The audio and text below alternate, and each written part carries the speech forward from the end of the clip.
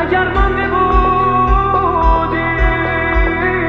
تو را تا به عرش خدا میرساندم.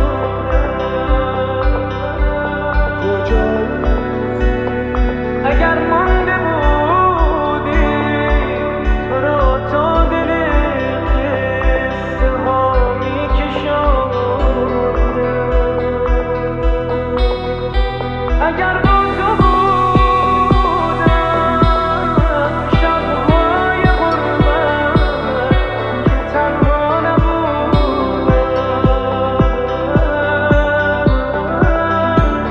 اگر مانده بودی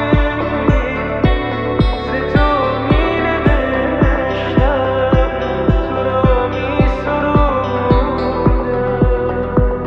نمیدونم کی بود، چی بود که یهو پرید وسط زندگی.